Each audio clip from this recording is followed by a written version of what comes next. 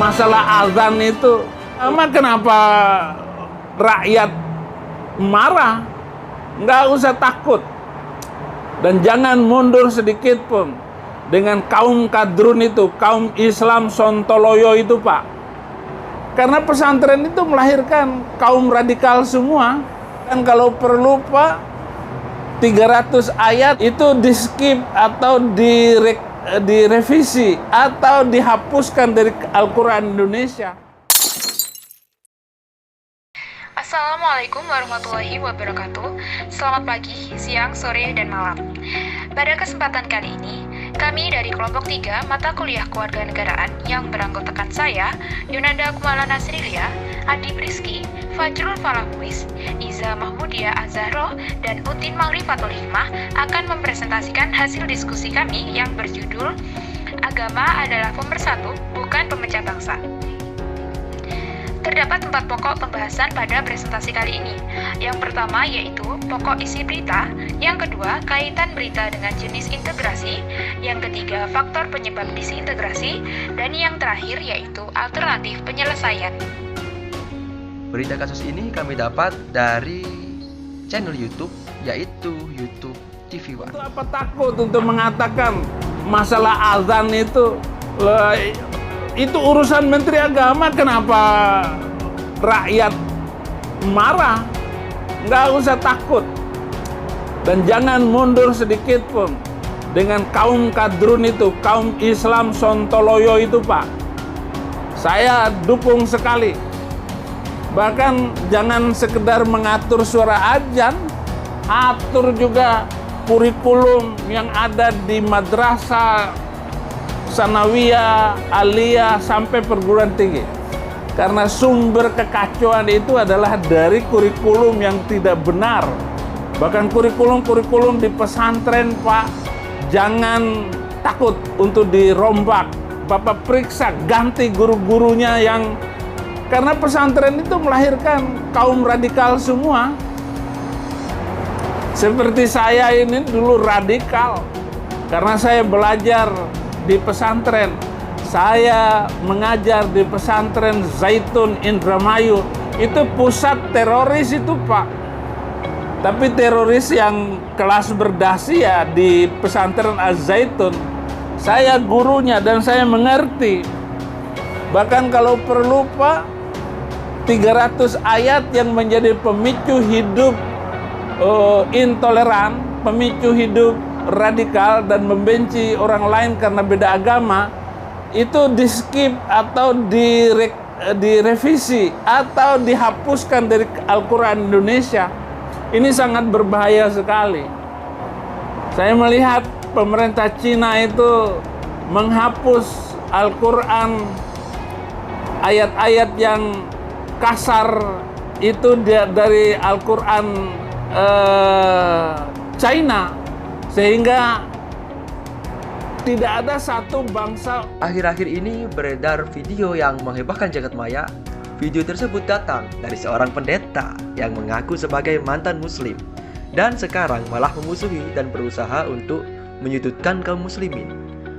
Video tersebut tentu dapat memicu perpecahan antar umat beragama, mengingat bahwa seorang pendeta juga merupakan pemuka agama. Berdasarkan deskripsi di channel pribadinya, pendeta ini memiliki nama lengkap Saifuddin Ibrahim, juga memiliki nama lain yaitu Abraham bin Moses. Ia lahir di Bima, Nusa Tenggara Barat pada tanggal 26 Oktober 1965. Ia terlahir dari keluarga muslim, serta mertuanya adalah salah satu tokoh muslim di Jepara. Usai lulus dari SMA di Bima, ia melanjutkan studinya ke Universitas Muhammadiyah Surakarta, jurusan Kepandingan Agama.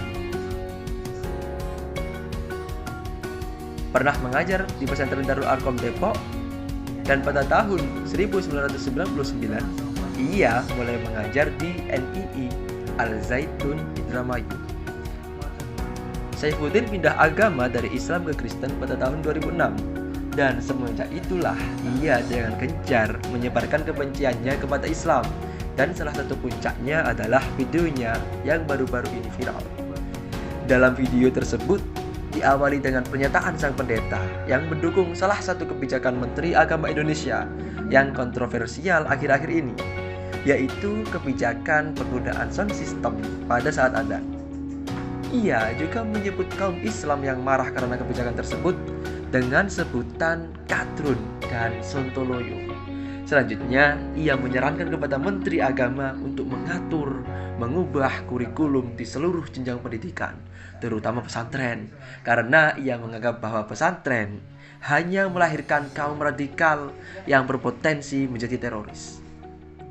Lalu lanjutlah ia ke pernyataan yang menjadi inti kegaduhan ini, yaitu permintaannya untuk menghapus, men-skip, atau merevisi 300 ayat Al-Quran yang menurutnya menjadi sumber ajaran radikalisme dan intoleran. Dan ia juga berargumen bahwa pemerintah Cina telah menghapus beberapa ayat Al-Quran yang menurutnya kasar dan anti-toleran. Adapun penjelasan yang kedua yaitu kaitannya dengan jenis integrasi.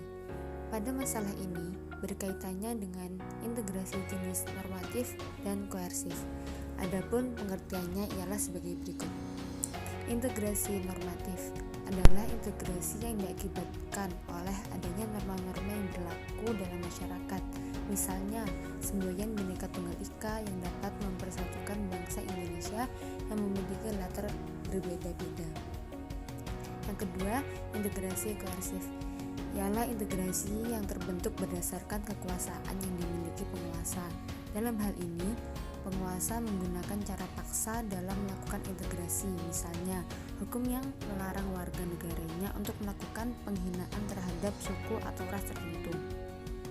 Dari pengertian di atas, dapat disimpulkan bahwa pada masa agama adalah persatu, bukan pemecah bangsa.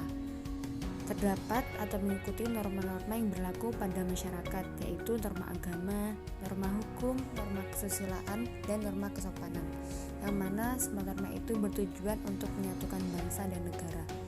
Dan terdapat pula berdasarkan kekuasaan yang dimiliki oleh penguasa, yaitu seperti seorang pendeta yang memiliki kekuasaan, sehingga apa saja yang diucapkan atau diinginkan, semua orang harus mengikutinya. Yang ketiga adalah faktor penyebab disintegrasi. Faktor yang pertama yaitu mereka masih belum memahami ajaran agamanya atau menyimpang dari hukum atau ajaran kepercayaan masing-masing.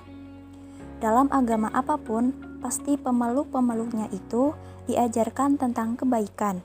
Tidak mungkin suatu agama itu mengajarkan tentang kejelekan. Lalu, kenapa hal ini bisa terjadi? Ya, karena oknum tersebut belum memahami benar tentang agama yang dianutnya. Dan sudah kita jumpai bahwa sekarang adalah akhir zaman di mana ajaran agama itu banyak yang diselewengkan oleh oknum-oknum yang tidak bertanggung jawab, sekalipun itu adalah pemuka agama. Sehingga jika terdapat suatu masalah, mereka ini hanya mengandalkan buah pikir mereka tanpa ada suatu landasan yang kuat dari agama tersebut.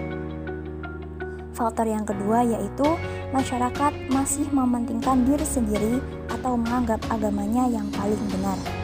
Berkaitan dengan faktor yang pertama tadi, yaitu belum pahamnya tentang ajaran agama masing-masing, sehingga menyebabkan suatu oknum menganggap agama mereka adalah agama yang paling benar.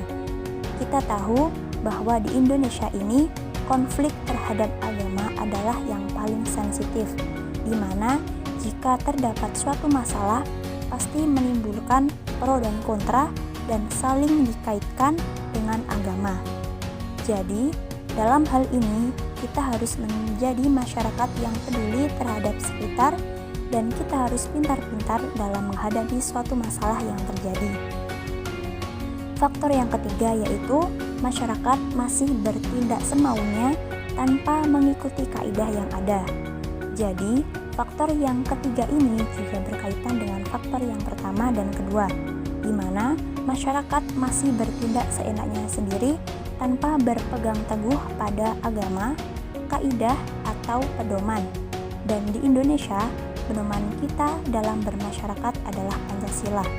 Padahal, Di Indonesia ini banyak sekali perbedaan mulai dari suku, ras, dan agama. Dan kita sudah diajarkan bahwa memiliki sifat saling menghargai, terutama pada hal kepercayaan adalah wajib bagi bangsa Indonesia. Supaya apa? Supaya tidak terjadi hal yang lebih besar lagi dan akan menimbulkan perpecahan.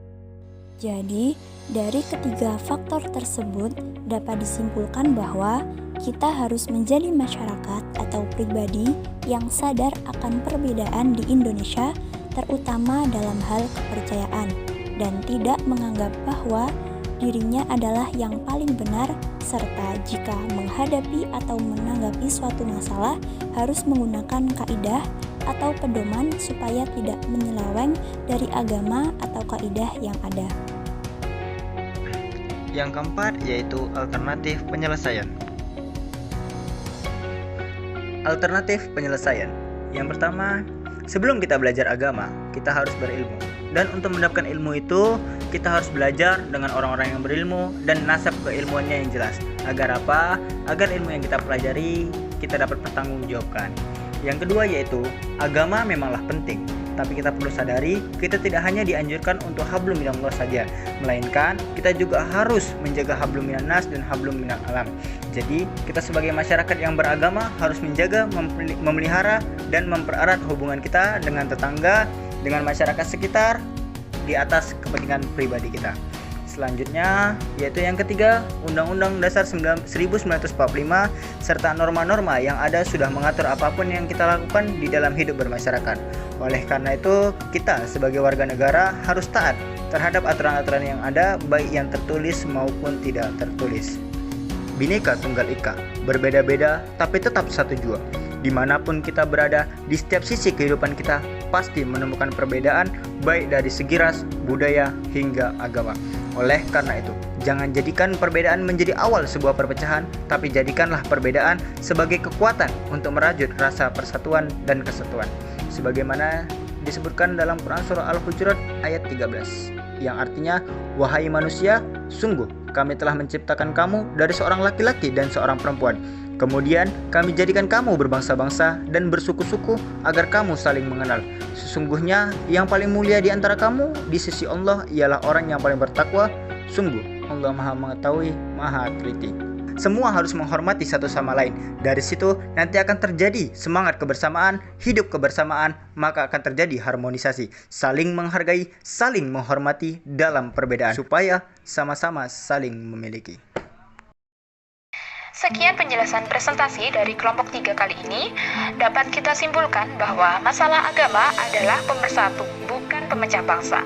Agama memang menjadi faktor yang penting dalam kehidupan kita.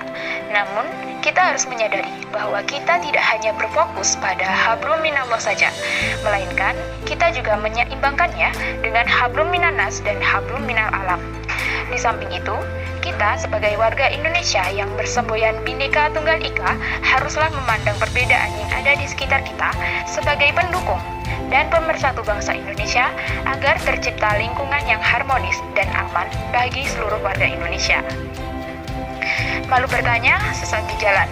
Sekarang kita lagi di gedung masing-masing, bukan di jalan.